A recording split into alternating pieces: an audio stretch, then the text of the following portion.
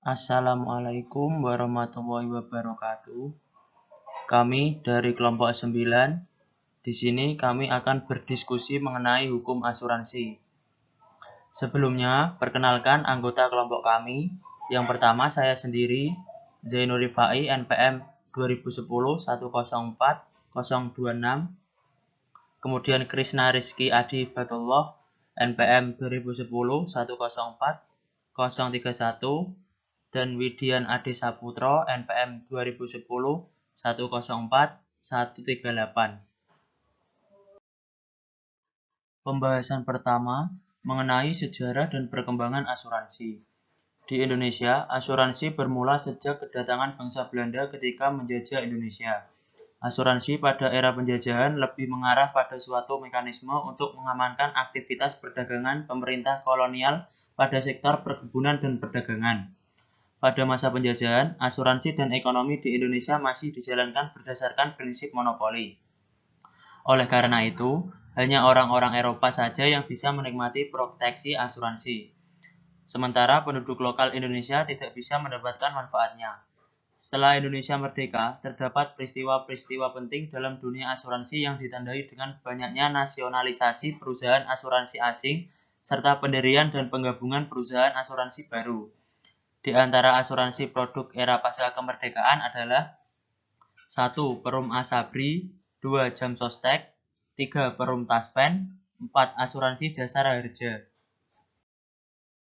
Pada pemerintahan Presiden Susilo Bambang Yudhoyono pada tahun 2014, pemerintah membuktikan kinerjanya dalam melayani masyarakat khususnya di bidang proteksi jiwa dengan mendirikan Badan Penyelenggara Jaminan Sosial yang produknya saat ini menjadi produk asuransi unggulan di Indonesia, yaitu BPJS Kesehatan dan BPJS Ketenagakerjaan.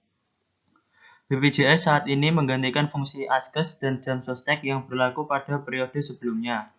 Sampai saat ini, asuransi terus berkembang mulai dari jenis penggunaannya dan manfaatnya, terutama di Indonesia.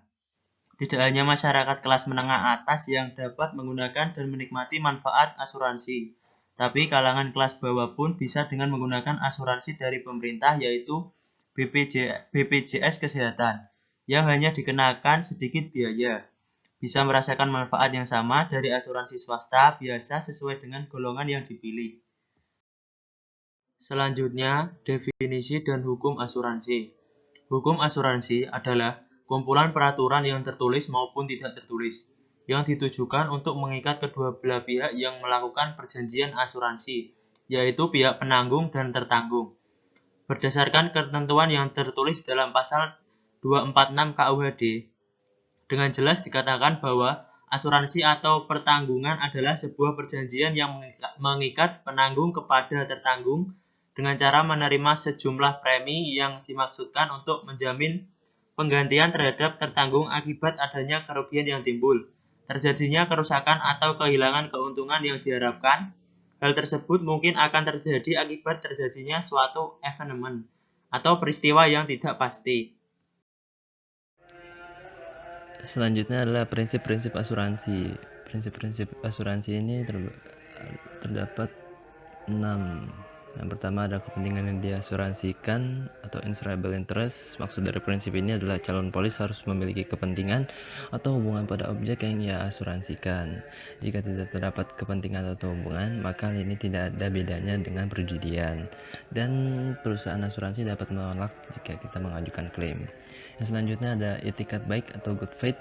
Prinsip ini bertujuan untuk melindungi perusahaan asuransi dari informasi yang tidak sempurna dari pemegang polis. Misalnya terdapat cacat yang disembunyikan. Yang selanjutnya adalah sebab akibat atau proximate cause. Ya, secara sederhana prinsip ini bisa diartikan sebagai penyebab dominan terjadinya risiko. Jadi ketika suatu kerugian, entah itu kecelakaan, sakit atau meninggal, maka harus diteliti apa penyebab yang dominan terjadinya kerugian tersebut. Setelah diketahui penyebab dominannya, barulah kita teliti lagi polisnya, apakah risiko bisa ditanggung atau tidak. Selanjutnya ada ganti rugi atau indemnity. Prinsip ini adalah prinsip mengembalikan kondisi tertanggung pada kondisi saat sebelum terjadinya kerugian. Yang kelima ada pengalihan atau subrogation. Prinsip ini adalah berkaitan dengan prinsip ganti rugi dalam hal jika ada pihak ketiga yang menyebabkan terjadinya kerugian. Jika pihak penanggung atau perusahaan asuransi telah membayarkan ganti rugi kepada tertanggung, maka timbul hak perusahaan asuransi.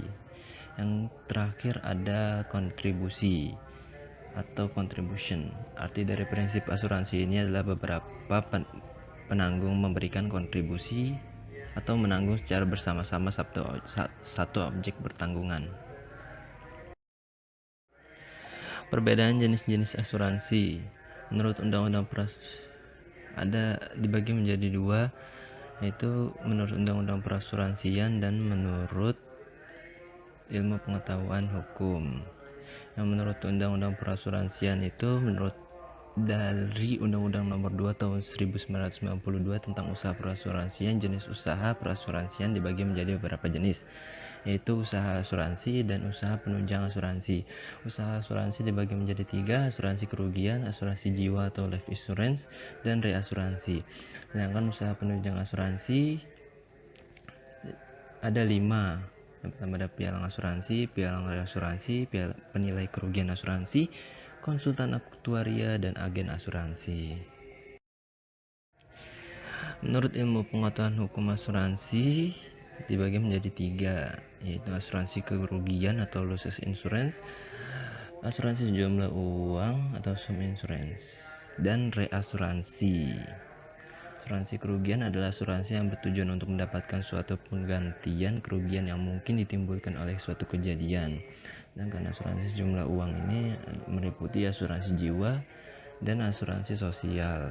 Asuransi ini memiliki perjanjian antara dua pihak atau lebih, dengan mana pihak penanggung mengikatkan diri pada tertanggung dengan menerima premi untuk memberikan suatu pembayaran yang didasarkan atas meninggalnya atau hidupnya seseorang yang diasuransikan. Reasuransi atau asuransi kembali oleh penanggung, baik seluruh maupun sebagian risiko yang telah ditanggungnya kepada penanggung lainnya. Prinsip dalam reasuransi ini ada perjanjian antara keduanya harus dibuat secara tertulis, terpisah, dan berdiri sendiri. Yang kedua, ada tertanggung tidak memiliki hak terhadap reasuradur. Yang ketiga, apabila reasuradur mengalami pailit, ceding company tetap harus bertanggung jawab sesuai dengan polis yang dikeluarkan. Yang keempat, ada apabila ceding company pailit, reasuradur tetap bertanggung jawab kepada ceding company sesuai perjanjian reasurasi yang telah dibuat. Yang kelima, ada reasuradur tidak memiliki hak terhadap segala kesalahan yang dilakukan oleh tertanggung. Fungsi dari reasuransi ini menaikkan kapasitas akseptasi perusahaan asuransi dan mendukung stabilitas keuangan perusahaan asuransi. Subjek reasuransi adalah ceding company dan reasuradur. Bentuk-bentuk reasuransi ada 2. Yang pertama, reasuransi proporsional dan reasuransi non-proporsional.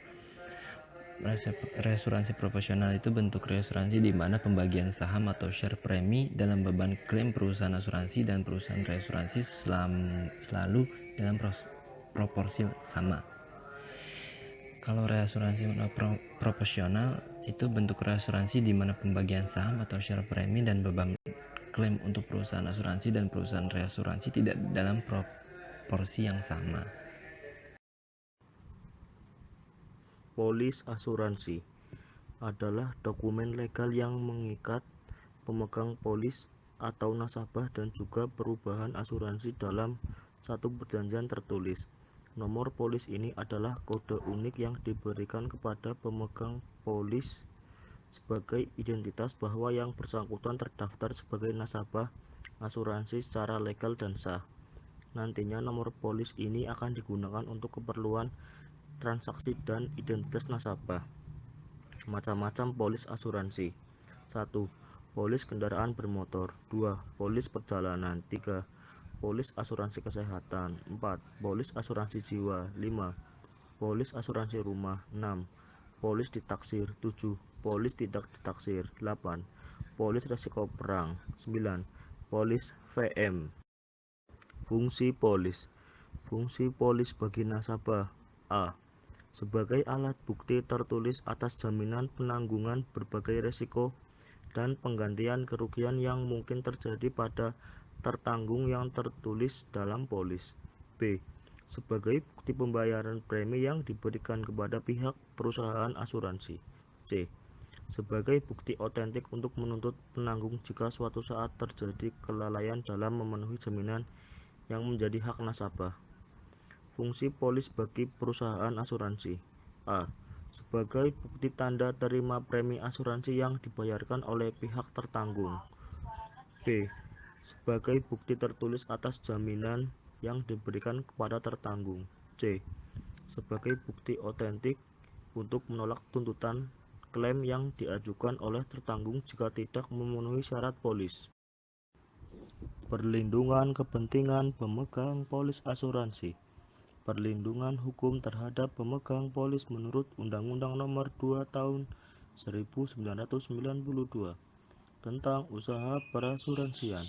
Penjelasan pasal 20 ayat 1 Undang-Undang Nomor 2 Tahun 1992 tentang usaha perasuransian yang menyatakan apabila suatu perusahaan asuransi telah dicabut izin usahanya, maka kekayaan perusahaan asuransi tersebut perlu dilindungi agar para pemegang polis tetap dilindungi dan tetap memperoleh haknya secara proporsional.